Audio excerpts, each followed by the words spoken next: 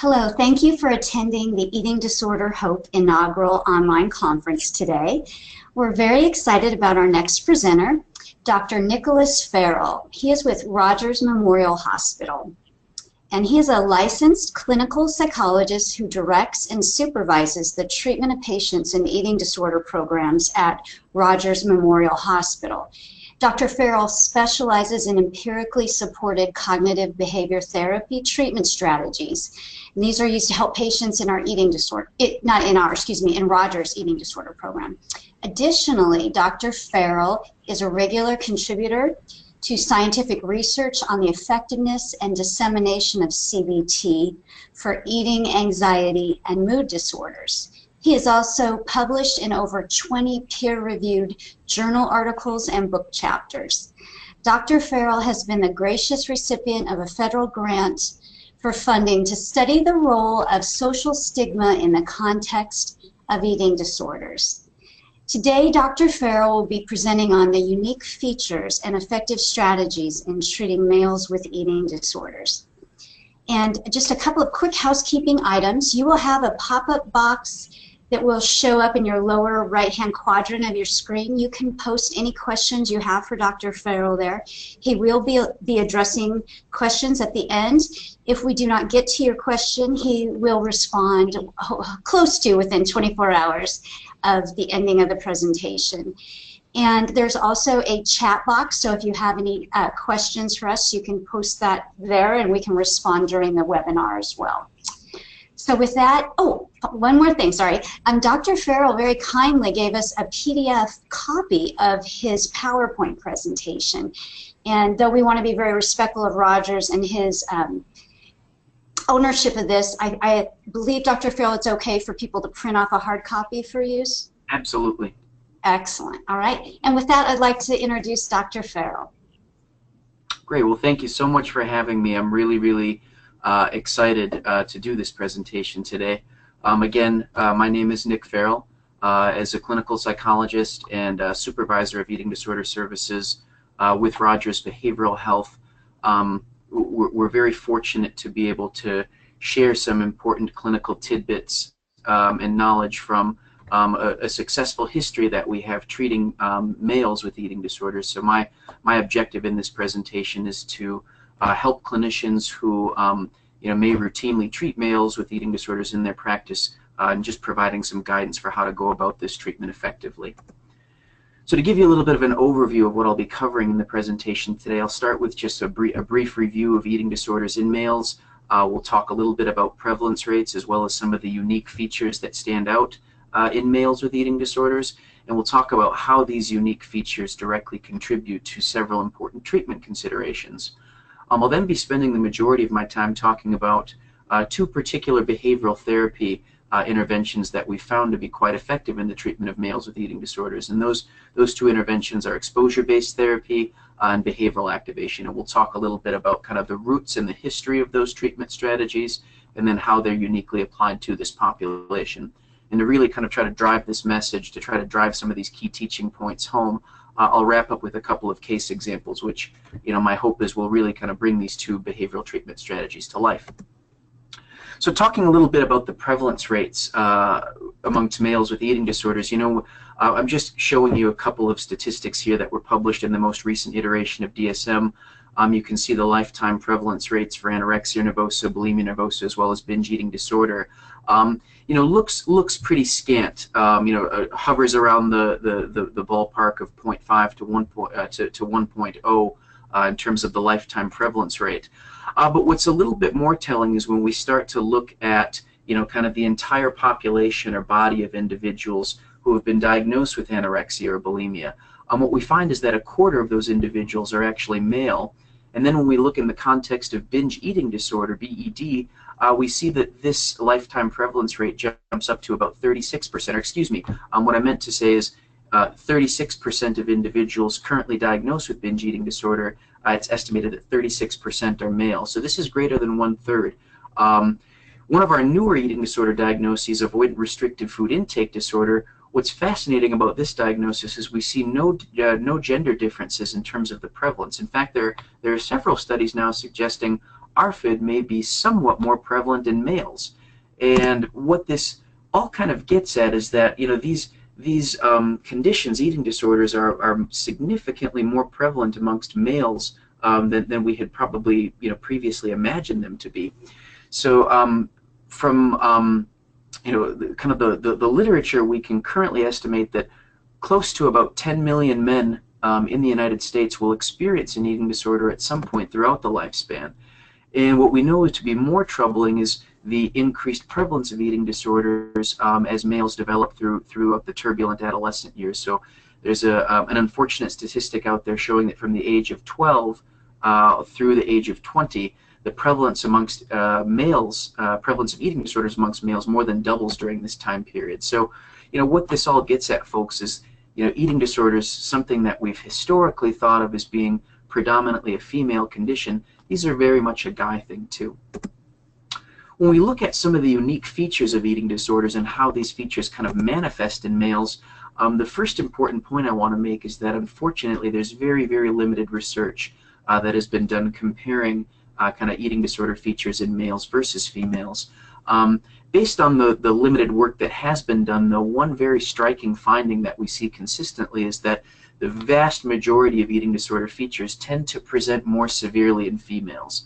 And these are often some of the more classic eating disorder features that we think of: body image dissatisfaction, the extent of restraint in one's dietary intake, purging behaviors, preoccupation with thinness or kind of the idealized body type. Those features tend to be, based on the literature, more severe, more intense in females. There are a few features. Again, the data is very limited on this, but there do seem to be a few features that we actually see present as more severe in males. Those being kind of preoccupation with muscularity, and then kind of related to that, engagement in a lot of excessive or compulsive exercise aimed at trying to significantly influence one's physique.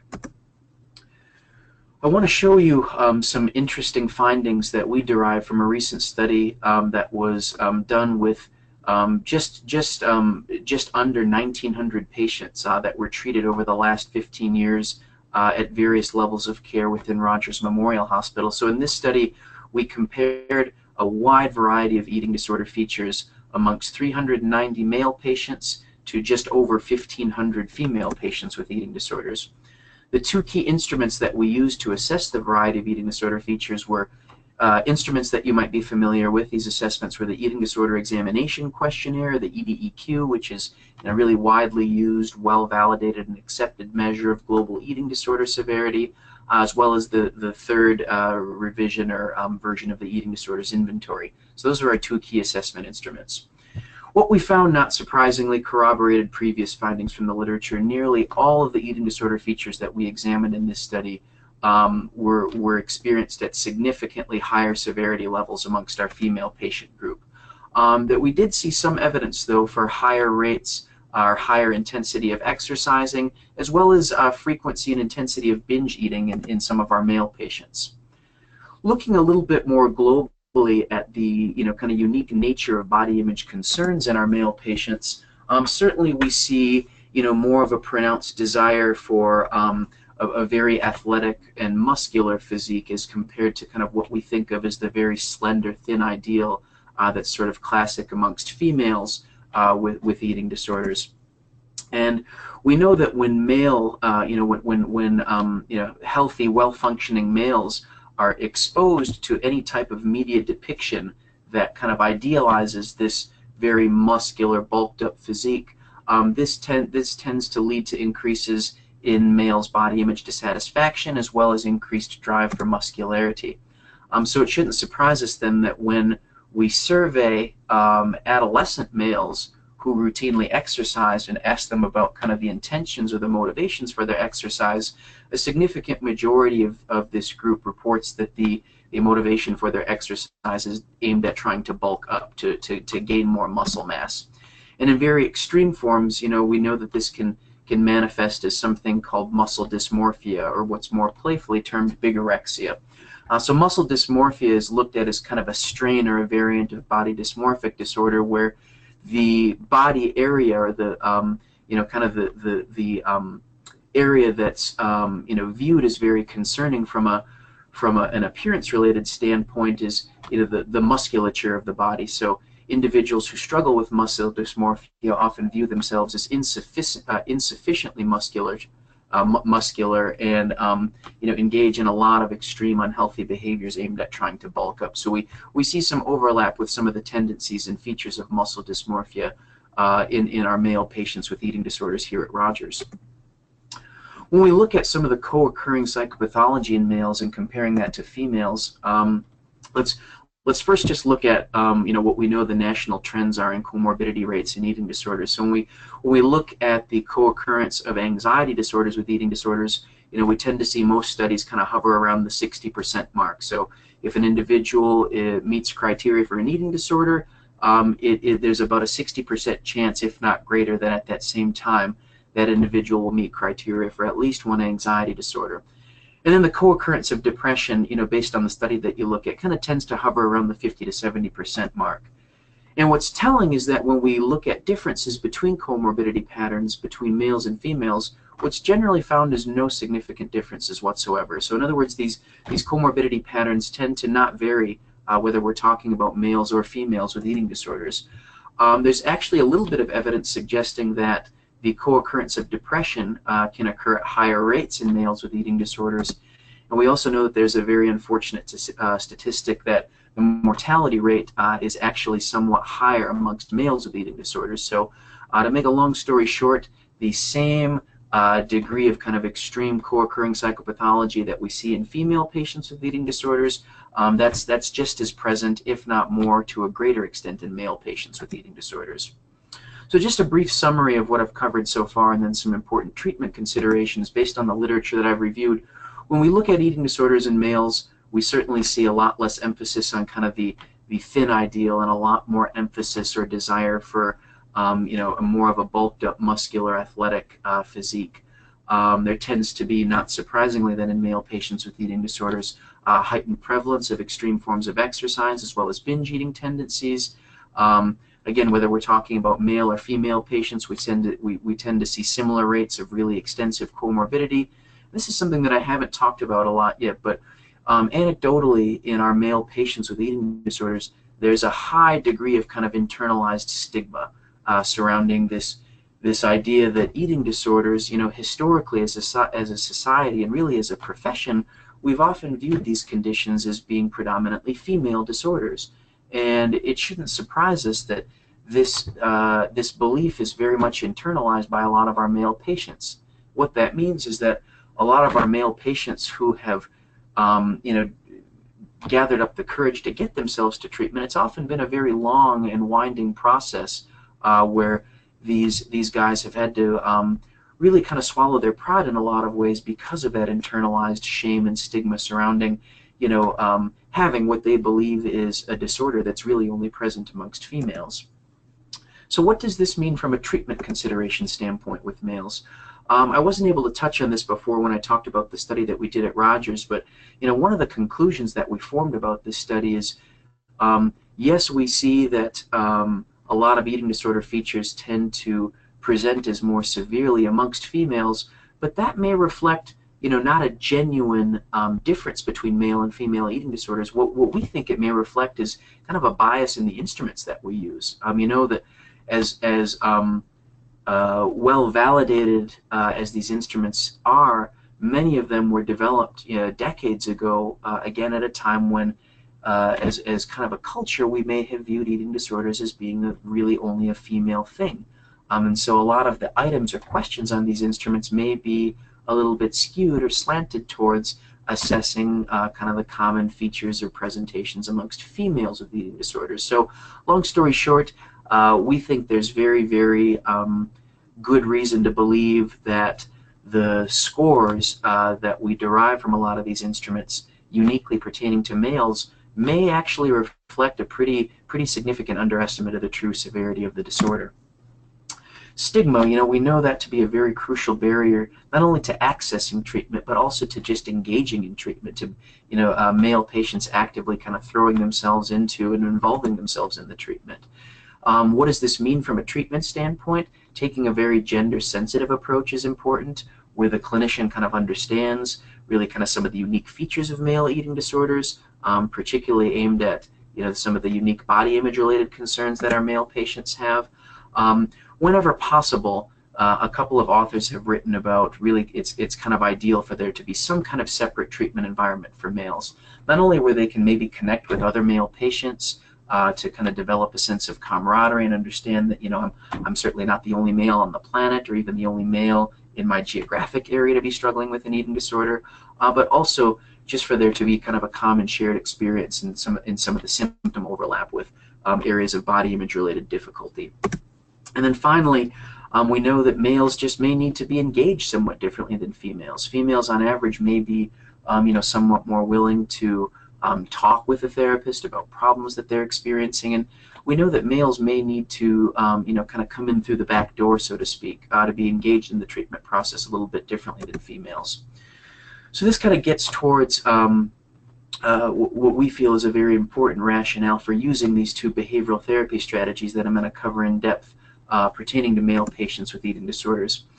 So again, due to the stigma that we see in a lot of men with eating disorders, it stands to reason that a lot of these guys are going to be a lot more willing to engage in a therapy where there's more emphasis on kind of being up and out of the chair and doing more active things as opposed to simply kind of sitting back in one's chair and talking about problems that they're experiencing in relation to eating or body image.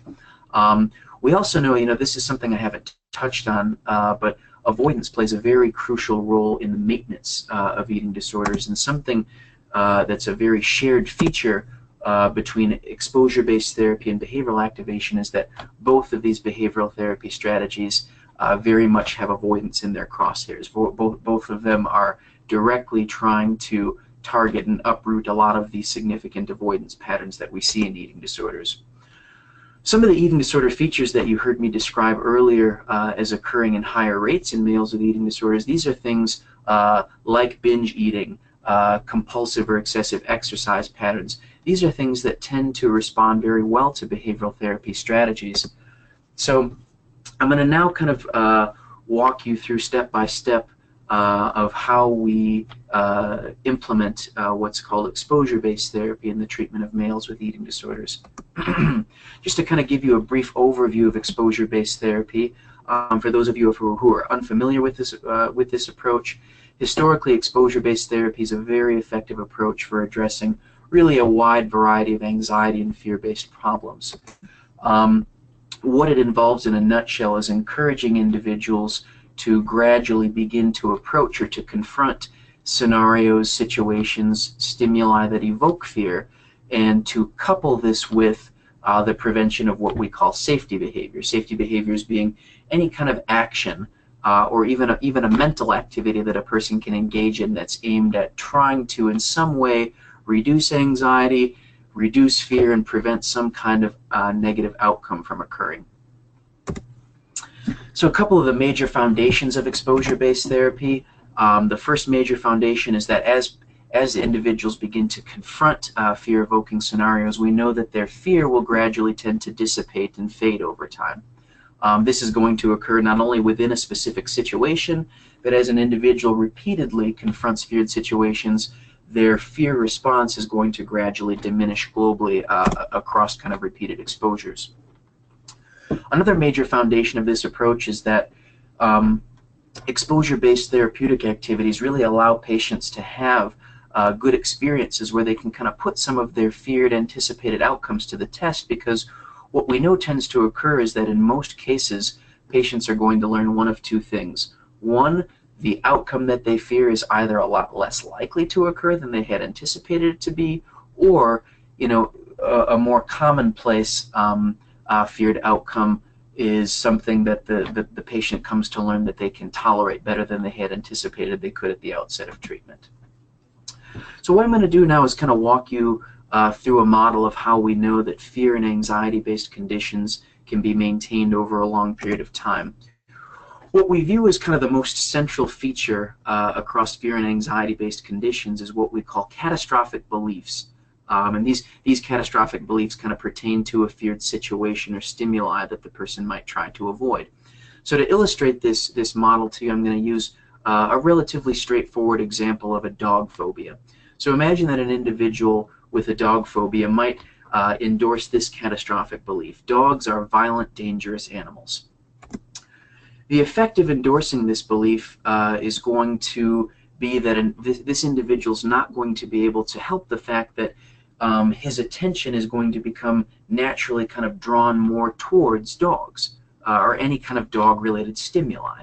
We can't help the fact that when we fear some concept, our attention is just kind of naturally drawn or, clued in towards that concept. So what this means is that as this individual goes about, day-to-day activities, there's going to be a lot of increased perception or just kind of picking up on potential dog-related threats in the environment. So when one encounters a dog, this is what's going to give rise to what we call a threat forecast, which is some kind of specific prediction that's unique to the situation that one is in. So imagine that this dog that I have pictured on the screen is approaching this individual while he's walking down the street. A threat forecast that might pop into mind is, this dog is going to bite me if I don't get out of here pretty fast. So the situation-specific threat forecast is what we know contributes to the high degree of fear that's going to be experienced in this situation, and a lot of uncomfortable physiological sensations accompany that fear. Increased heart rate, breathlessness, just to name a couple of common ones.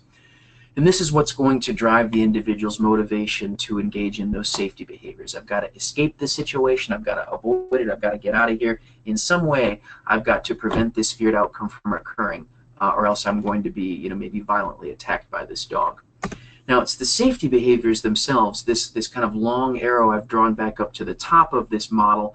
What this illustrates, folks, is safety behaviors we view as the kind of directly maintaining factor in fear and anxiety-based conditions. We know that safety behaviors prevent individuals from having what we call a disconfirmatory experience, some type of experience where an individual might experience disconfirmation of their catastrophic belief.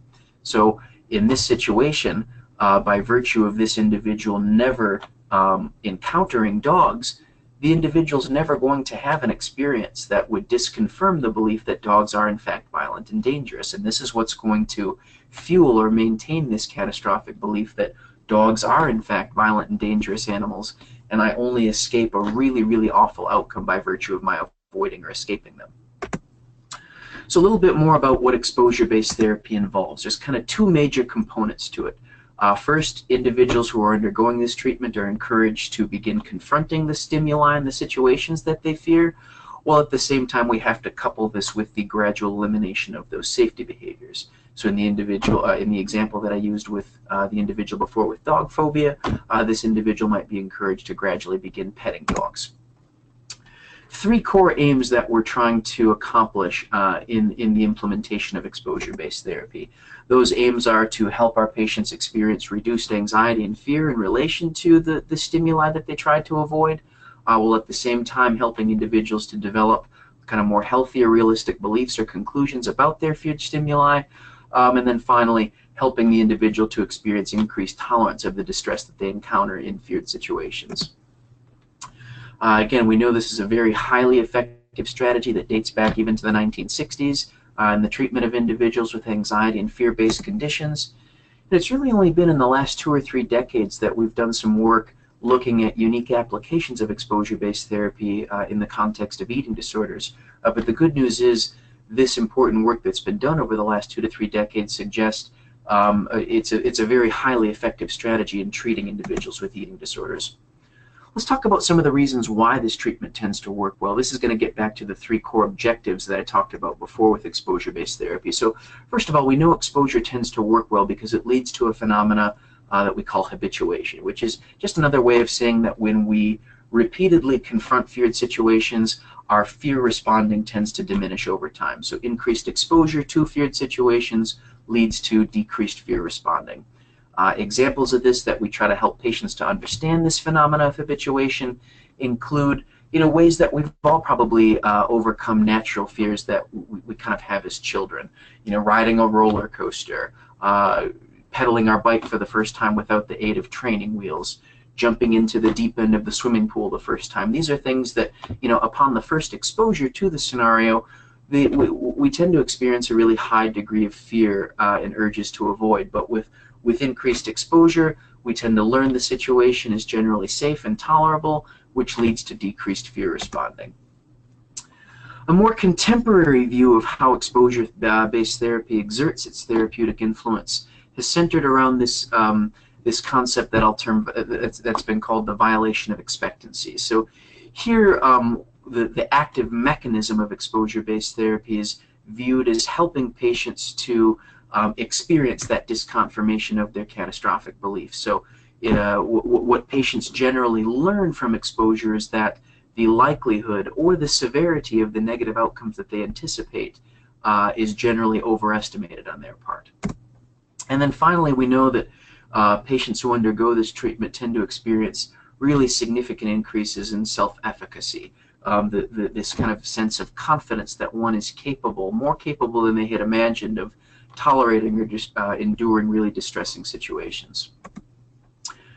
So you've heard me talk about how exposure-based therapy applies to anxiety and fear-based conditions, and I want to now look at how we can view eating disorders, or come to conceptualize eating disorders as really being synonymous with anxiety and fear-based problems. So first of all, we know that very similar to how anxiety disorders are maintained, there are several core conditions, or excuse me, several core features in eating disorders that tend to cut across the various eating disorder diagnoses.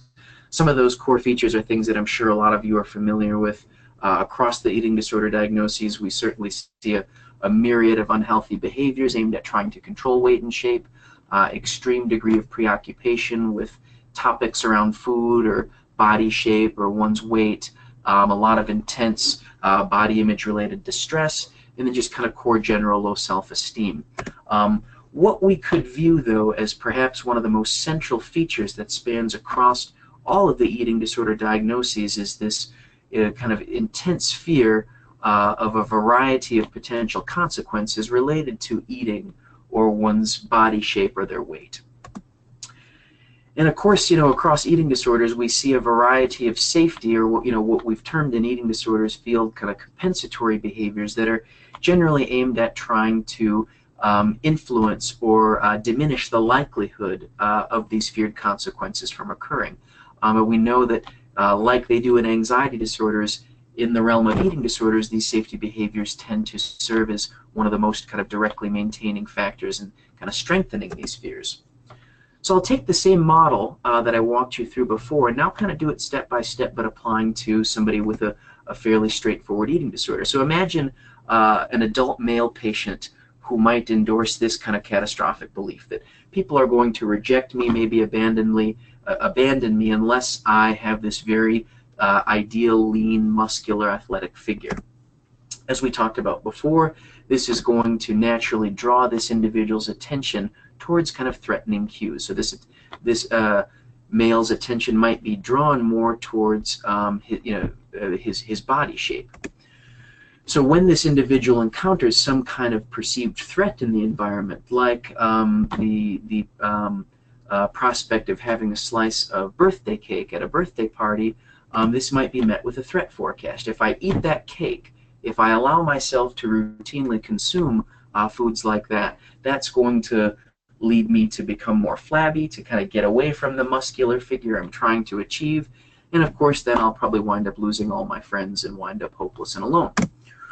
This is what's going to fuel the anxiety and fear in the situation, and of course drive the safety behaviors. This might be the individual deciding I'm going to skip eating the cake at the birthday party, or I'm going to compensate for it in some way. I'm going to skip the next meal. I'm going to spend an extra hour at the gym kind of burning off the calories from the cake. And it's this engagement in safety behaviors that we know to kind of directly contribute to the maintenance and the strengthening of this catastrophic belief. In this case, this male individual may believe with greater intensity that people truly are going to wind up rejecting me unless I am ideally lean and muscular.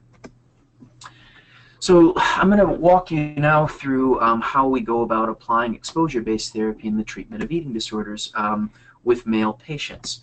What exposure involves in a lot of these cases is helping male patients confront the very types of feared scenarios that they're trying so desperately to either avoid or cope with ineffectively. So a lot of these feared scenarios surround eating, body image, and weight. Typical exposure-based scenarios might include gradual exposure to feared foods, or even challenging eating-related scenarios, things like eating in a crowded public restaurant, or even in a more intimate setting, say with a few friends or family members. It also might, exposure might involve scenarios that one might typically avoid out of kind of body image-related distress or anxiety. So this could be activities or even types of clothing that one might avoid out of kind of anticipated scrutiny from others with regard to body image. Given the heightened prevalence of binge eating episodes in males with eating disorders, exposure-based therapy can be applied to treat binge eating successfully as well, where individuals are encouraged to gradually encounter cues or things in the environment that have over time become associated with the onset of a binge eating episode, and I'll talk a little bit more about that later. And of course, you heard me describe this earlier, but these exposure activities have to be completed in concert with the prevention of safety behaviors. So we have to encourage these patients to be doing away with any kind of weight or shape influencing behaviors that they might have been engaging in previously, doing a lot of restraint in their diet, compulsive forms of exercising, a lot of checking or avoidance surrounding body shape and weight, and body image avoidance, may take the form of dressing in a certain way, such as to conceal body image from other people. Now, we haven't talked about this a lot, but another critical safety behavior that we know we have to hone in on in this treatment is a lot of the kind of ritualized eating patterns that we see in a lot of our patients with eating disorders, whether this is taking exceedingly small bites of food, eating at a deliberately slow pace, maybe putting together kind of odd mixtures of foods, 2, 3, multiple food options that wouldn't ordinarily go together. So we have to work with male patients to diminish the engagement in these kind of safety behavior rituals. So what I'm going to do now is kind of walk you through 5 different treatment steps that we use in implementing exposure-based therapy. So the first is the functional assessment. This is very, very important. It kind of kicks off treatment and gets things started and things moving in the right direction. Our major objective in completing the functional assessment is to gain a really, really good working understanding with help from the patient of some of the specific cognitive and behavioral features relating to the patient's eating disorder. So really what this gets at, folks, is trying to understand 3 key areas. What are the types of cues or triggers that evoke fear for the patient? So what, in other words, what stimuli evokes kind of eating disorder related anxiety or fear? Related to that, what are the consequences or feared outcomes that the patient anticipates upon exposure to those feared cues? And then finally, how does the patient try to ineffectively cope with their fear? How do they try to, desperately try to prevent those consequences from occurring? So what I'm getting at here is what are the eating disorder specific safety behaviors that the patient engages in? Excuse me. We start with assessing what are the specific feared cues. So I'm going to go over what are some common areas that we look to assess. This can include a variety of certain foods or eating scenarios that the patient might fear. Again, body image related activities or cues. Even something as straightforward as seeing one's reflection in the mirror, wearing kind of more form-fitting clothing items, engaging in athletic activities that one might perceive as kind of putting body image or physique under the microscope a little bit more. Even just having the body in a certain unflattering posture or position, sitting kind of slouched over in a way that might let the flesh on the stomach kind of roll and collect a little bit more, being an example of that. One of the things we've come to learn about using exposure-based treatment in individuals with eating disorders is we might need to do a lot of exposure to kind of the internal private stimuli that a patient might experience as really distressing. So this can include feelings of fullness, feeling hunger cues. Even something as simple as warmth can be a significant fear cue for these patients. If we've had patients tell us that warmth is, they construe it as an indication that they have overeaten and will subsequently gain too much weight. In terms of assessing kind of the anticipated consequences of exposure to these feared cues, again, this part of the assessment should kind of naturally follow from the assessment of feared cues. And so what we're asking is kind of follow-up questions. Okay, so what is it that concerns you about that specific feared cue? What is it that concerns you about eating fried foods? What do you fear will happen if you go to the beach and wear a swimming suit and hang out with your friends? What do you fear will happen if you experience, intense hunger or, feel particularly full after a larger meal? And then finally, when we've got the patient to kind of articulate what are some of the core feared consequences that they anticipate, we assess the safety behaviors. So what are the types of things that you do to try to prevent the onset or the realization of this feared consequence? How do you try to make yourself less anxious if you're in that type of situation?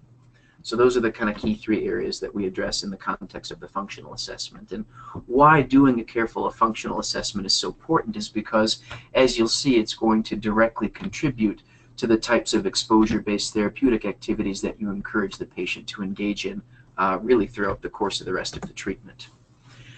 So once the functional assessment is complete, we move on to developing what we call an exposure hierarchy. Our goal here is just to create kind of a rank-ordered list of different exposure activities that the patient will be completing in succession throughout the course of his treatment.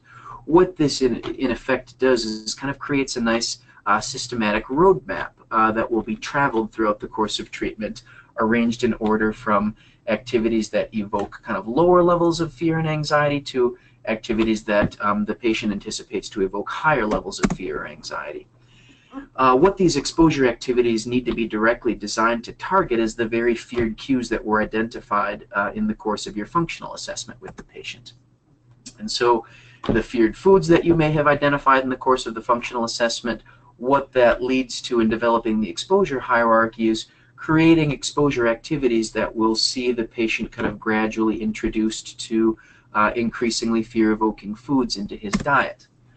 From a body image perspective, exposure-based activities that would be included in the hierarchy might include, kind of prolonged exposure to one's body shape or physique in the mirror, engaging in a number of fear-evoking activities such as, wearing a swimming suit to a public beach or a swimming pool, something of that nature.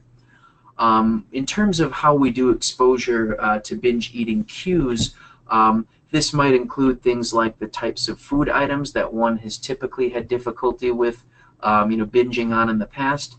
It can often include a lot of the environmental antecedents to binge eating, which in many cases is a lot of the intense negative emotions that often present immediately prior to the occurrence of a binge eating episode. But it really can include any kind of environmental cue that serves to kind of contribute to an individual's binge eating cravings. I'll give you a specific example. This came from a recent patient of ours, albeit this was from a female patient, but a significant cue for her that kind of contributed to the onset of her binge eating episodes was, given that she wanted to do a lot of this binge eating in secret, out of a lot of the shame she experienced surrounding her binging, she would often wait in the evening before her husband was going to go into the shower.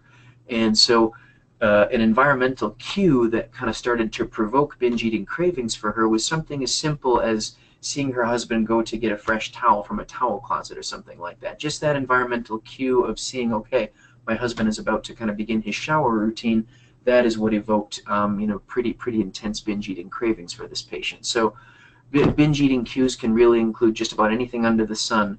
The key here is that these are the environmental cues that are present immediately prior to the onset of a binge eating episode. So I just want to show you examples of what a couple of hierarchies might look like. And what's important to point out is that these hierarchies, or these rank-ordered lists that we create, don't have to focus on just one kind of feared area or domain. We can include multiple domains within the same hierarchy. So the example that you can see in front of you is an example of a hierarchy that is simultaneously addressing a patient's fear of eating dessert-related foods, as well as wearing kind of more form-fitting types of clothing items. And you can see that from the bottom of this list to the top, the nature of the exposure activity becomes increasingly fear-evoking based on the fear rating that the patient has hypothetically provided in the column on the right. So a patient might work up from something, say beginning at a level 2, having just one spoonful of ice cream after dinner, and then look up to the top of the hierarchy, all the way at the top at a level 7. This patient might be encouraged gradually to work towards the goal of being able to go out and eat ice cream with friends following dinner. One of the things that I neglected to mention before, but the fear rating scale that we ask patients to use to kind of forecast or anticipate the degree of anxiety or fear that would be present with it, with different exposure activities, ranges from 0 to 7. 0 being the least possible anxiety that one could imagine, 7 being kind of the most intense anxiety or fear that one could imagine. I'll show you one more example. So here's a hypothetical hierarchy that's been created to simultaneously address fears of another person, of other people kind of seeing one's stomach, as well as binge eating cues. And again, you can see, let's take a look at the exposure that's listed at the level 3 fear rating, just to sit with and hold an open package of cookies, there being a common binge cue, and then looking up at the level 7, doing that same activity, holding an open package of cookies, but while the individual is significantly upset. So there we're kind of pairing an environmental cue, an open package of cookies, which presumably for this patient has been a cue for binge eating in the past, being in the presence of an open package of cookies, and pairing that with another environmental cue, feeling intensely upset, some kind of really intense negative emotion, being able to pair those two cues together. We know that to be a very potent exposure strategy. When we create the exposure hierarchy, before we go about even beginning with active exposure exercises, patients at this point have to be reminded of the importance of doing away with and eventually eliminating safety behaviors. And so what patients are encouraged to do really throughout the course of this treatment is, to the best of their ability, to completely abstain from safety behavior usage. In a lot of cases, it's a little unrealistic, I think, to expect that a patient is going to be willing to completely forego any and all safety behaviors from day one. And so in those cases, we may have to take kind of more of a gradual fading approach. In the course of doing this treatment, it's common that we have to kind of prioritize some of the higher risk behaviors, self-induced vomiting, laxative abuse, extreme intense form of exercise, particularly for those patients who are at risk for significant injury if they continue in that extreme form of exercise. So we may have to kind of prioritize some of the higher risk behaviors and really encourage the patient or develop a plan to move towards elimination of these behaviors as soon as possible. One of the things that we know to be helpful in the safety behavior prevention process is using kind of daily monitoring systems whereby patients can on a daily basis kind of track their progress. This doesn't have to be anything elaborate. It can be as simple as keeping a little notebook or even a sheet of paper or note card in one's pocket where they just kind of keep a running tally of how often they notice that they're engaging in safety behaviors, and also how often that they notice that they're able to successfully prevent a safety behavior when they experience an urge to engage in one.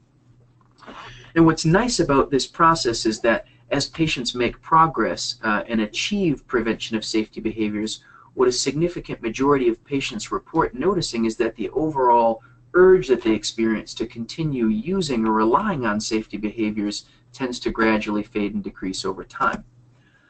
So what we explain to patients at the outset of treatment, really again before any active exposure activities have been initiated, is that each of the safety behaviors that we're asking them to put forth effort to prevent is something that we know to be directly involved in the maintenance of the eating disorder. And it naturally follows that eliminating the use of these safety behaviors is going to contribute greatly to eating disorder symptom relief in the long term. In terms of how a clinician goes about their role of implementing and coaching exposure therapy activities, again, when we have the exposure hierarchy completely formulated and ready to go, we tend to begin with exposure activities on the hierarchy that are identified by the patient as ones that would be challenging yet manageable. What this gets at, folks, is for this treatment to be effective, we know that the exposure has to be accompanied by some anxiety and fear. But we don't want to, completely throw the patient to the wolves or overwhelm them from day one. So we try to begin at a place in the hierarchy, really that largely comes down to the patient, what they view as an appropriate place to begin challenging themselves, albeit in a manageable way. What the patient is encouraged to do in each exposure activity that they complete is to remain engaged in the situation, to stay in confrontation with the fear until their peak fear reduces by at least 50%. So again, on that 0 to 7 scale, if the individual notices that as high as their fear gets when they're engaged with the exposure activity peaks at a 4, we want them to stay engaged in that exposure activity until fear has reduced by at least 50%. In this case, it would be down to a 2. Whenever possible, we want the exposure tasks, we need them to be repeated consistently, so day after day and multiple times a day, as well as in a variety of different contexts. So as you can imagine, this is a treatment approach that involves a good deal of homework activities that the patient is encouraged to complete independent of their therapy sessions with you, the clinician. In terms of just some helpful coaching techniques, really the role of the clinician during exposure activities is to kind of serve as coach and cheerleader, offering consistent praise and encouragement throughout the exposure activity, using several different strategies as a means to kind of hold the patient's attention in the situation. Rather than have just be sitting in complete silence, you want to be asking the patient really about their unique experience that they're having in the exposure activity. So, what is it like? What are you noticing as you taste this food? As you try on that clothing that fits your body a little bit more uncomfortably than you would like. Tell me what the experience is like. What thoughts are going through your head? Where do you feel the anxiety? Really kind of holding their attention in the situation. Of course, as clinicians, we want to be discouraging the use of safety behaviors, or even more subtle things, just kind of tuning out cognitively or emotionally. That kind of gets back to wanting to hold our patient's attention in the situation. We don't want to kind of turn a blind eye to any sort of cognitive or emotional avoidance. We want our patients to be as engaged with the experience as they can be.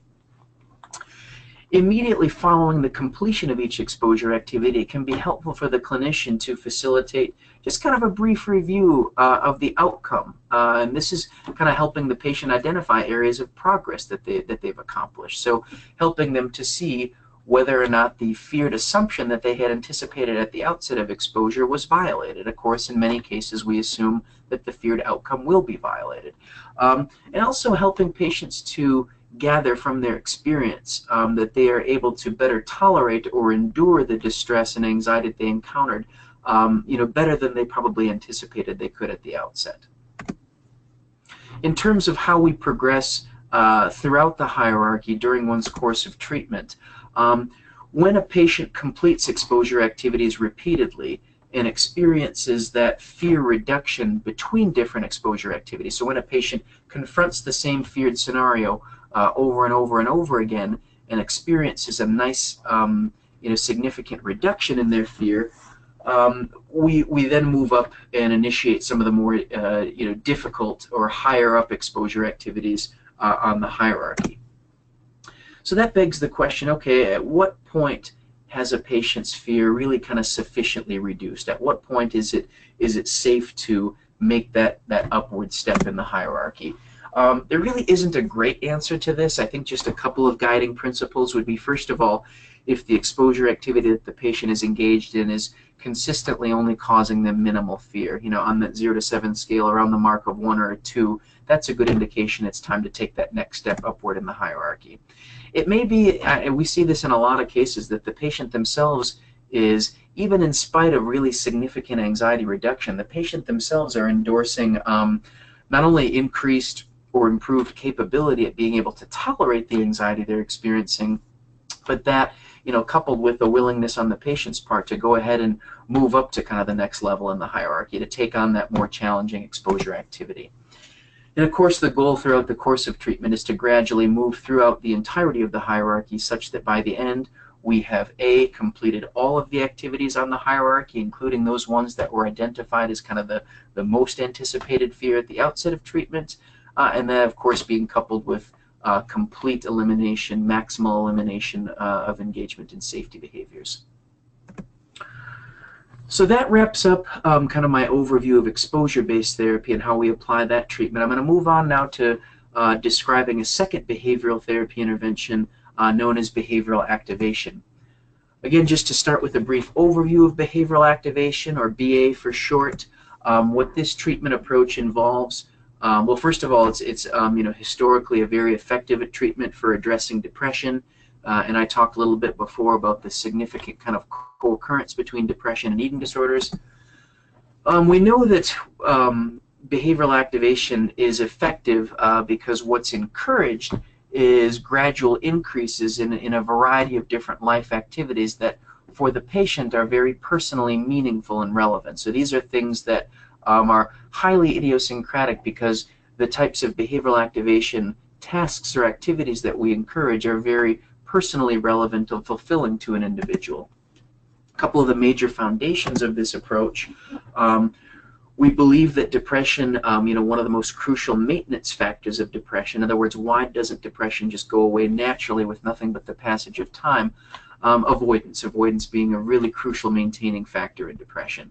Avoidance of important life activities, of people, of things, of events that are really personally important to a person.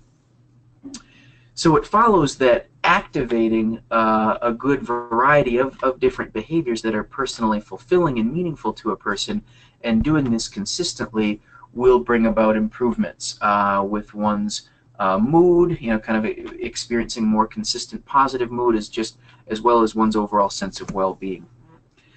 So to understand kind of the critical model underlying behavioral activation therapy, we first have to explore how individuals might typically respond to adverse life events. And this is what's known as how an individual might respond in one of two characteristic ways is what's known as the TRAP-TRAC model. And this is an acronym that I'll spell out. So first of all, any type of negative life event, we might view that as the trigger for the onset of experiencing a depressive episode. So some kind of life event might serve as a trigger that elicits a response in the individual. This might be any type of intense negative emotion that a person might experience. So the TR in TRAP and TRAC, that's where it comes from, trigger and response. The trigger being a negative life event, the response being the natural experience of a negative emotion. Now, an individual might respond behaviorally in one of two ways.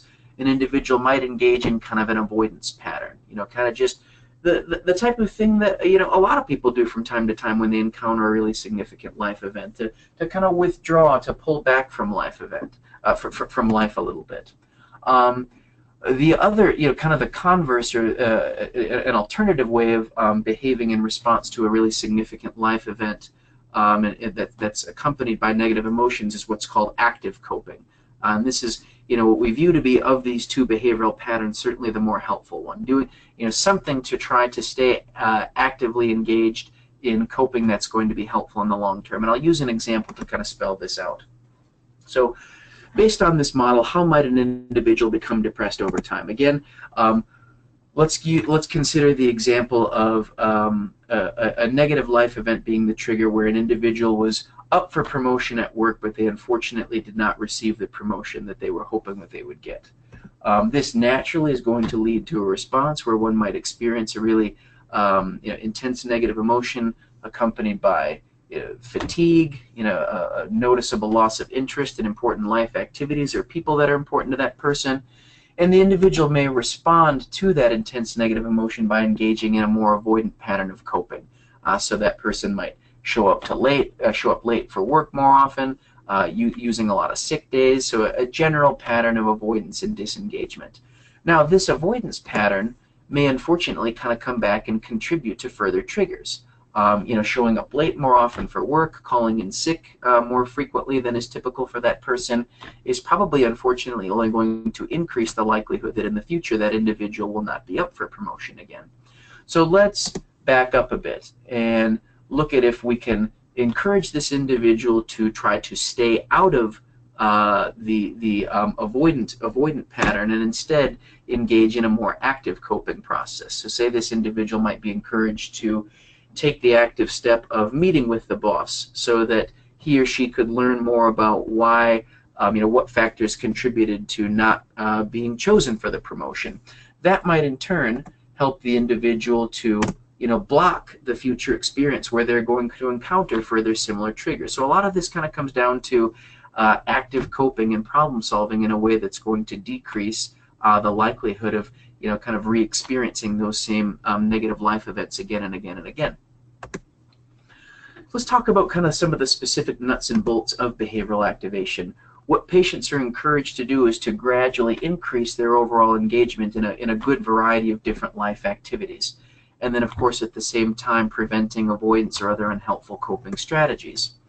The general aim in implementing this therapy is to help patients increase their overall activation across 3 different important life domains. So let's take a look at what those 3 are. The first is what we consider the routine activity domain. These are the types of things that we all might take for granted from time to time, but in the throes of depression, might become enormously difficult for a person to do consistently. So this might include things like, routine grooming, bathing routines, dressing oneself, changing clothing every day, simple kind of cleaning or other types of chores around the home. Second major life activity domain that we look at is pleasurable activities. These are things that we really don't have to be motivated to do by anything more than just the inherent enjoyment that we experience when we do the activity. So this consists of things that we consider to be our hobbies, spending time with friends, watching movies, listening to music, playing sports, anything that a person does just for the sheer enjoyment of the activity. And then finally, the third domain that we look at in behavioral activation is the values-driven domain. So these values-driven behaviors could be things that one does in service of some kind of deeply held value that one has. So an example being if one places a high degree of value on being an active member in one's community, it might be a very good behavioral activation task for that person to be more routinely involved in volunteer activities, something like a community clothing drive or something of that nature. Similarly, if one places a high value, if one really values educational endeavors, it might be a good behavioral activation activity for that individual to find opportunities to learn more, to take a new class that's offered in the community or something like that. As I mentioned before, behavioral activation is a very effective treatment for depression and other related mood problems. Let's talk about why we know that behavioral activation is a particularly good fit in the context of eating disorders. So first of all, we talked before again about the significant overlap and comorbidity between depression and eating disorders. We also know that even if an individual who's struggling with an eating disorder isn't experiencing mood-related difficulties that quite meet the diagnostic threshold for major depressive disorder or a different mood disorder, there's still often very pronounced mood-related disturbances in the context of eating disorders. We haven't talked about this feature much, but how we can go about addressing the extreme degree of overemphasis that we often see in terms of body shape and weight in eating disorders. And behavioral activation is kind of a good natural fit to help one kind of diversify their engagement in a good variety of different life activities, such that that individual's array of activities don't all just kind of center around the topic of body image. It can also be helpful to counteract a lot of the significant functional impairment that we see being a really common consequence of one being kind of preoccupied with eating disorder related thoughts and worries, as well as the engagement in a lot of those rituals or safety behaviors around eating. So a lot of the functional impairment that we see, behavioral activation can be helpful in addressing that functional impairment. Finally, and this is particularly helpful with our male patients, when we see kind of higher rates of excessive or compulsive exercising, behavioral activation can be sort of a nice framework to go about trying to establish a more moderate, healthy routine with regard to exercise and other forms of physical activity. 4 key treatment steps that I'll cover in getting behavioral activation set up and kind of working through a course of it with patients. We'll start with a functional assessment, talk about some different ways that patients can engage in self-monitoring, and then move on to how we go about developing an activity hierarchy and then progressing through that hierarchy. So similar to how we begin exposure-based therapy, behavioral activation again begins with a very careful functional assessment where we look at a couple of important different domains. First, we want to look at how does the patient avoid. So we want to ask questions surrounding how do you avoid? How do you respond to negative emotions when you're experiencing them? How do you, go about coping with negative life events when they occur? What types of ways do you avoid? We also look at, what types of important life activities was the patient more consistently engaged in prior to, the onset of the difficulties that they're having. So, before you began to struggle with your depression, before you, developed difficulties with your eating disorder, what kind of life activities, what things, what people were important to you? What were you doing more often, prior to the onset of these difficulties? Values. So what kind of things add meaning to your life? What is it that really matters to you? What direction kind of do you want life to be headed in?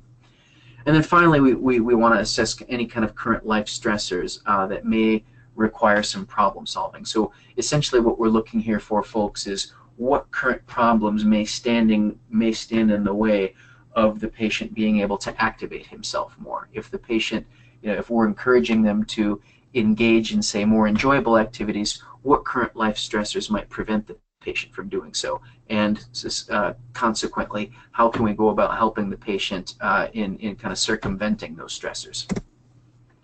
Self-monitoring on the part of the patient is a very, very important component of behavioral activation. Our overarching goal here is to help patients gain kind of an improved awareness and understanding of a couple of important features. So first of all, we want patients to gain a better kind of awareness of some of the avoidant patterns that they notice. Another thing that can be really helpful that self-monitoring helps to facilitate is a better understanding of the relationship between the patient's level of activity, kind of their activation, what they're engaged in, and the subsequent effect that that activation has on their mood. So a couple of different forms or types of self-monitoring I want to walk you through. This gets back to the TRAP-TRAC model that I described before.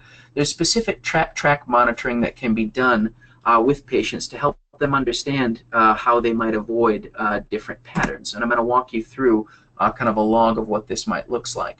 So what the patient is asked to do is to maintain kind of a daily log where they identify different TRAP patterns that they might fall into. Again, the TRAP being an acronym for trigger, response, and then an avoidant pattern of coping. Can also be helpful in helping the patient to kind of brainstorm where there may be more helpful TRAC responding that they could engage in as an alternative. So this is where kind of some of the more active forms of coping may come in handy. So I apologize that this slide that I'm putting in front of you is a little bit busy, but try to follow me along. Across the top of the slide, here might be a typical TRAP pattern that we see. And this kind of illustrates a very typical behavioral response that we might see amongst a depressed individual. The trigger, the negative life event, could be failing an exam. And it's natural that one's emotional response was feeling maybe sad and somewhat hopeless about doing well on future exams. So one might respond to this negative life event by engaging in an avoidant pattern. Staying in one's room, sleeping a lot more often, giving up on studying, not answering the phone, not getting together with friends, just a more avoidant pattern of responding. So let's move down the slide a little bit and now look at the TRAC response. Again, this is where we might change how the patient responds to the same negative life event with a more active form of coping.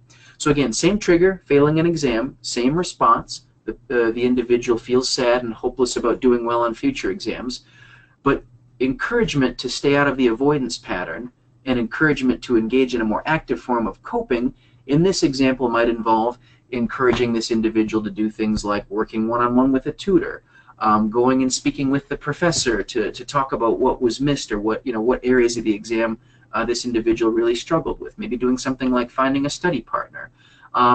This form of active coping might lead to a different response. The individual, by virtue of engaging in this more active form of coping, might feel less depressed, might experience kind of a greater sense of mastery, and ultimately might lead to a very different outcome the next time. So the next sort of trigger or the next outcome might be the individual improves, gets a better grade on the next exam. This is likely to be met with a very different emotional response, one of perhaps joy and mastery. And it's that emotional response that is in and of itself going to be reinforcing of the more active coping strategies, thereby making active coping much more likely and kind of a go-to response in the future. A second type of patient self-monitoring that we use frequently in the context of behavioral activation involves activity monitoring. Here, it's as straightforward as the patient keeping a daily and hourly log of the relationship between the activities that they're engaging in and their subsequent mood. And again, this helps to accomplish that goal of a patient gaining better awareness of when their mood improves, often being a result of increased activation. So I'll show you a quick example of what this might look like. You can see that in this left-hand column lists the different hours of the day, and the patient in the right-hand column of this little table lists two things: the activity that they were engaging in during that hour of the day, and a mood rating on a 0 to 10 depression scale, 0 being the least depressed that an individual could feel, 10 being the most depressed that an individual could feel. And you can see during those first 2 hours from 8 to 10 a.m. when the primary activity was just laying in bed, that individual reported feeling a 9 on that 0 to 10 depression intensity scale.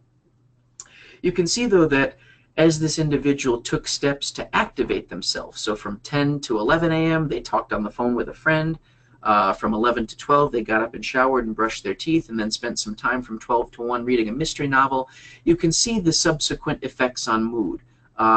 Overall, the intensity of the depression seemed to lessen. It went to a 6, then up a little bit to a 7.5, and then all the way down to a 5. And this is what's helpful on a number of fronts. So first of all, you can kind of see in the first 2 hours of this day that's where we see the baseline data, and we want to look closely for avoidance here. So laying in bed seemed to be one way that this particular patient went about avoiding. Secondly, this can serve in and of itself as good motivation to increase the patient's engagement in different life activities. Hopefully from this 5-hour span of time, the patient would have gathered that in general, the more I activate, the less depressed I feel. And we can use this to kind of relate back to the BA model. In other words, this experience is really a good exemplar of how the behavioral activation model works. The more that we activate ourselves, the more that we kind of put forth effort to stay engaged with activities that are personally relevant and meaningful and fulfilling to us, the more that we experience more consistent positive mood.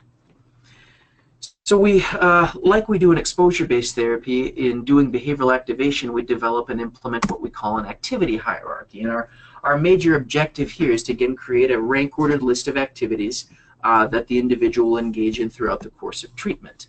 We try to begin with assignments or different behavioral activation tasks that are going to be appropriate for a patient's current functional level.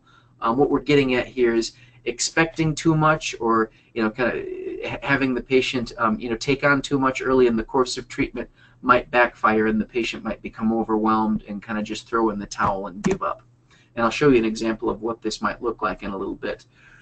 Throughout the course of treatment, of course, we try to gradually kind of increase the difficulty of moving through the hierarchy, encouraging greater and greater levels of activation. And what we try to do throughout the course of treatment is, as we're moving through the hierarchy, we try to ensure a relative balance between the activities from the 3 different domains that we assess. Again, those are the routine life activities, pleasurable or enjoyable activities, as well as those values-driven activities. And our core objective here is to facilitate an increasingly diverse and stable source of positive reinforcement. So we want these to be things that are, good from a variety standpoint, and we want these to be things that a patient can have access to. In other words, that a patient is, can implement in stable fashion over the course of time. So here you can see just an example of at least a portion of what a completed activity hierarchy might look like. The scale is flipped a little bit. This one goes from the top to the bottom, whereby it increases in anticipated difficulty. And you can see in the column in the middle, the patient has hypothetically provided ratings on that 0 to 7 scale. Again, 0 being the least anticipated difficulty or distress, 7 being the most anticipated difficulty or distress.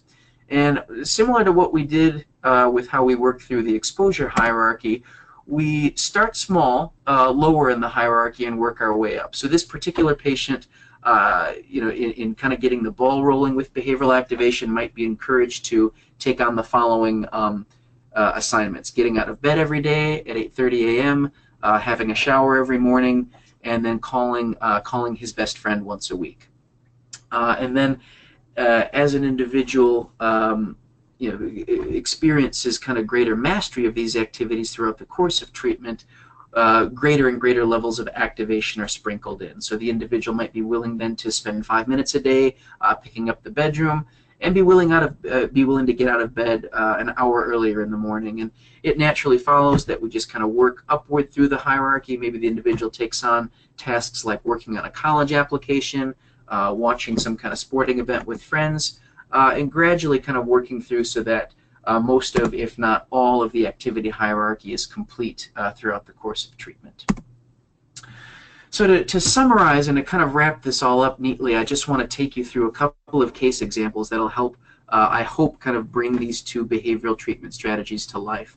I'm going to walk you through 2 case examples, and these case examples were derived from patients that we treated right here in our eating disorders program at Rogers. I've obviously changed the names and any other kind of identifying information, but in large part, these case examples were really kind of taken from real-life practice. So this first case example we'll call Eric for a pseudonym. When Eric came into treatment, he was 28 years old. At the time, he was a graduate student.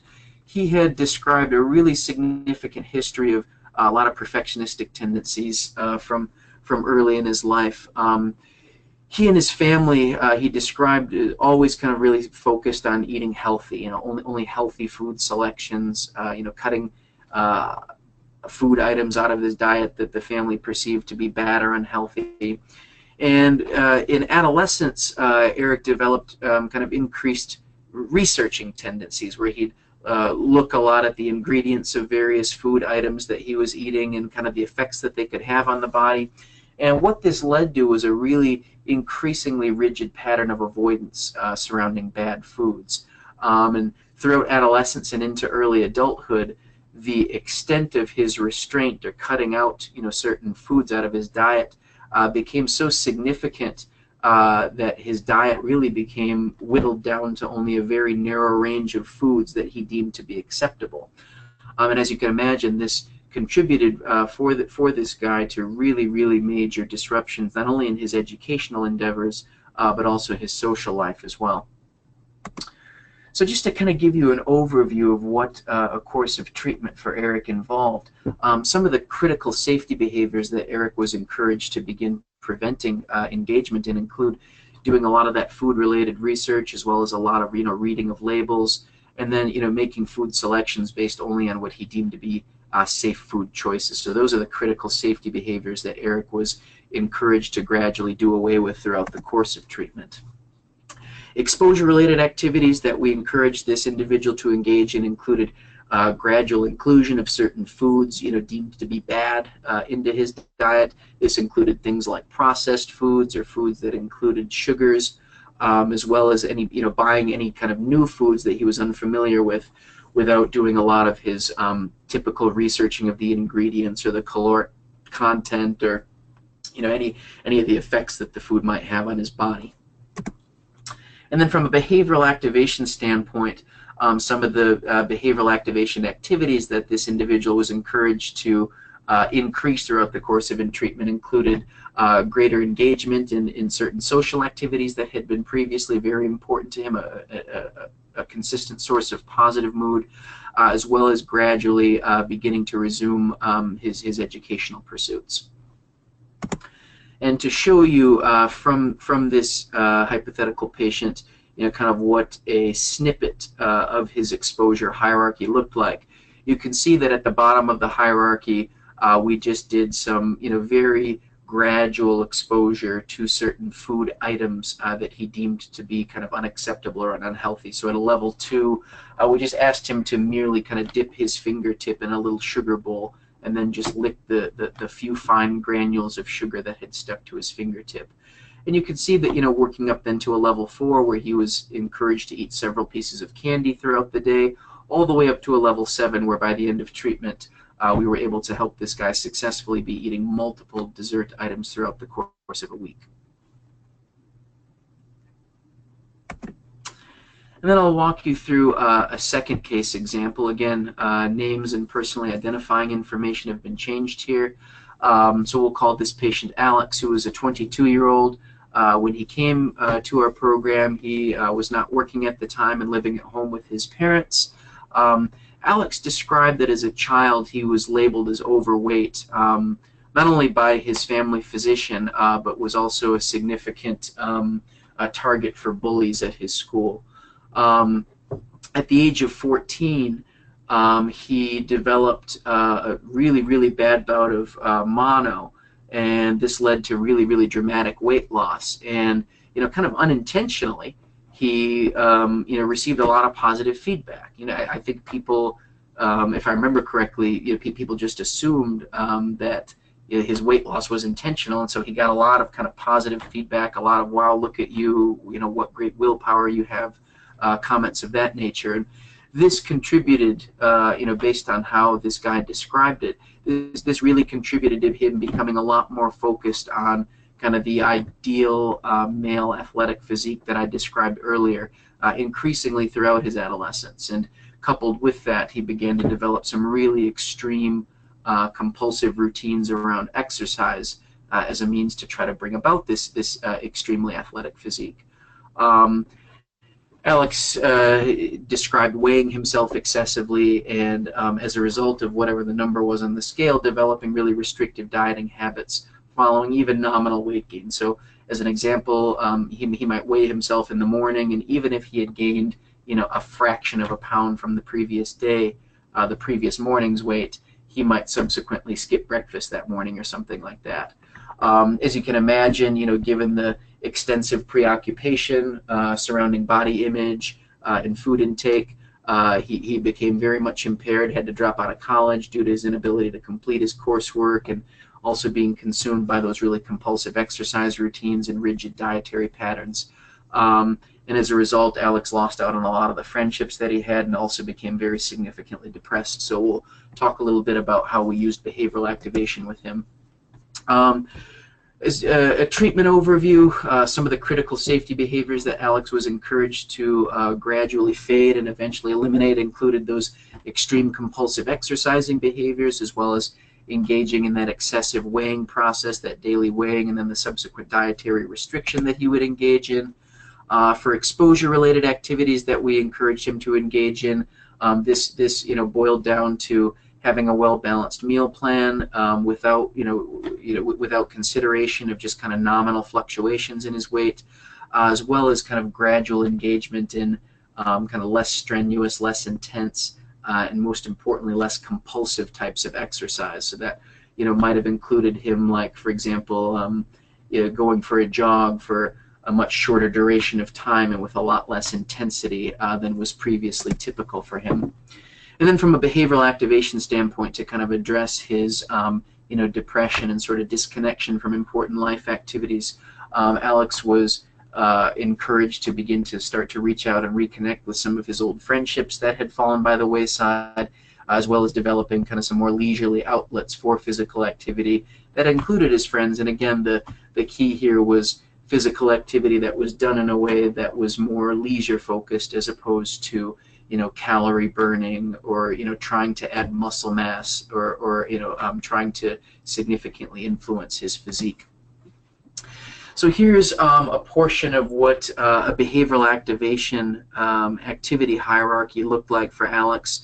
You can see that kind of near the bottom of this hierarchy, we included just some researching of recreational sports activities, as well as some kind of simple steps in trying to reach out and rekindle some of those old friendships. And then higher up in the hierarchy included, kind of more involved activities with friends, where he was getting together with them for several times a week. And even got to be a point where this individual was successful in trying to in bringing together a recreational sports team that he and a lot of his friends played on, and it was also an opportunity for him to meet some new people as well. So that concludes the presentation. In closing, I just want to reiterate some of my key points that there's a really high degree of stigma amongst males with eating disorders, and what we've found in our successful work at Rogers treating these males is engaging them in a lot of behavioral therapy exercises and activities is kind of one way to successfully navigate that stigma. For whatever reason, it just tends to resonate with these guys more, a treatment approach that involves active things, kind of being up and out of the chair and doing things that are consistent with values, as opposed to just kind of simply sitting and talking about problems that one is experiencing. And so I would encourage any clinicians who routinely treat males with eating disorders in their practice to give consideration to enveloping these strategies, these interventions into your practice routinely, and don't hesitate to reach out for further training, further supervision, and further consultation, given how effective and helpful these strategies are in treating males with eating disorders. So with that, I thank you for your time and attention, and applaud all the good work that's being done out there. Thank you, Dr. Farrell. That was really fascinating. And we do have some questions. Are you okay on time for a few more minutes? Yes, absolutely. Okay, great. Any of the questions that are not addressed, we will ask Dr. Farrell to get back to you on within 24 hours. So one question was, there was some talk about, exposure response therapy, and the question was, is intuitive eating always the best method, or can they continue to maintain some of their clean eating behaviors?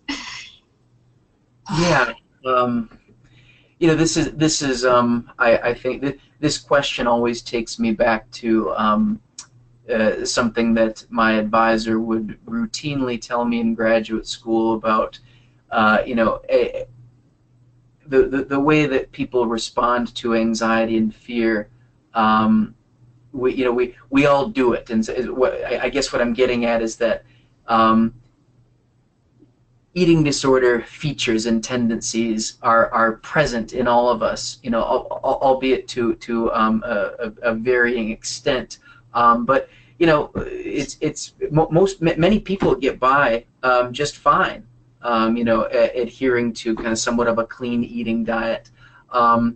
Intuitive eating is, I think, we consider it kind of the gold standard. Anecdotally, it seems to be associated with the best outcomes when one can successfully kind of break down all the rigid routine and rules, and kind of can have and can't haves with regard to food selection. But I'm also certainly open to the philosophy that one can, have a meaningful and lasting recovery from an eating disorder in their own way, and that way might involve, still some emphasis on clean eating, hopefully just not done to the extremes that was being done maybe prior to the onset of treatment. Excellent, great answer. Also, the question was for aftercare plans. When males come out of treatment, do you have a standard number of sessions you suggest, or length of time with a therapist, nutritionist? What kind of team do you recommend? Yeah, when patients are completing a course of treatment here at Rogers, where we have higher levels of care, ranging from inpatient hospitalization, and our lowest level of care is intensive outpatient, which is still 15 hours of therapy a week. We certainly encourage follow-up on an outpatient basis where one is able to, routinely meet with, we think ideally both a therapist as well as a dietitian or a nutritionist, even if it's just for a lot of important maintenance of the significant gains that we've hopefully helped that patient to accomplish in the course of their time here at Rogers. In terms of a number of sessions, we don't often, I can't say that there's like a benchmark or anything like that. I mean, the easy answer to that is I think as long as it takes. And when I say as long as it takes, what we feel is really, really important is the hierarchies that we complete, whether it's an exposure therapy hierarchy or a behavioral activation hierarchy, or both done simultaneously. We think it's so important that an individual completes those in their entirety. So we will often encourage those to be continued, being worked on an outpatient basis. That's interesting. And so, as you're doing the step down to the outpatient team, what is the communication level with you at Rogers and that outpatient team to try to create cohesiveness in the plan and continue on what you started? Yeah, well, planning for discharge in our programs here at Rogers begins the day of admission. What I mean by that is we try to take a very proactive approach to helping an individual if they don't already have it, and many of them do, but if they don't already have it, identifying providers kind of in their geographic area, and kind of getting a step down plan set up long before the anticipated discharge date, such that that individual is going to feel comfortable with their outpatient treatment team and being able to kind of seamlessly continue a lot of the cognitive behavioral therapy strategies that we do at Rogers. Is going to be able to continue those seamlessly with the outpatient team. And so in our programs, we routinely communicate and reach out to outpatient referents or other members of the patient's outpatient clinical team, to kind of update them on goings on in our program, and also to kind of inform them of progress and kind of give our recommendations for kind of continued areas to be addressed when that date of discharge is drawing closer. That sounds very thorough. Good. Last question is, well, actually there's a lot more, but this will be the last one I'll pose for now, and I'll let you respond individually to the others. Are there any books or articles that you particularly recommend on males and eating disorders, both for professionals and the layperson? Unique to males with eating disorders? Yeah. The articles that are out there, sadly, I could pretty much count on one hand, and I think that unfortunately just gets at the understudy and the kind of lack of investigation into how we conceptualize and treat eating disorders amongst males. I'm obviously biased, but I would point presentation viewers today towards a paper that we recently published in the International Journal of Eating Disorders, looking at norms, clinical norms. It was the paper that I referenced earlier in my presentation today, but looking at clinical norms amongst males with eating disorders and kind of comparing some of those norms to females. A lot of it, if you're not a statistical person, some of that paper would be a little bit bland because it does just get at kind of comparing scores amongst male patients versus female patients on different eating disorder indices, and looking for statistically significant differences. However, we did try to include in that paper a good bit of discussion about some of what we feel are important areas to kind of continue to study in males with eating disorders, and also, I mentioned this earlier in my presentation, but what what meaning we make of the findings. You know, what we found, the story on paper is a male with an eating disorder does not experience his condition as severely as a prototypical female patient with an eating disorder. And we can't be certain of that, but I think that there's reason to believe that could be somewhat of a false narrative. Just, you know, perhaps given some of the bias inherent in, you know, the validated instruments that we use. So I read that journal, and it is very interesting. And all the way back in grad school, you know, I remember going through statistics, and for me as a therapist, just thinking that I grasped mean, median, and mode was brilliant.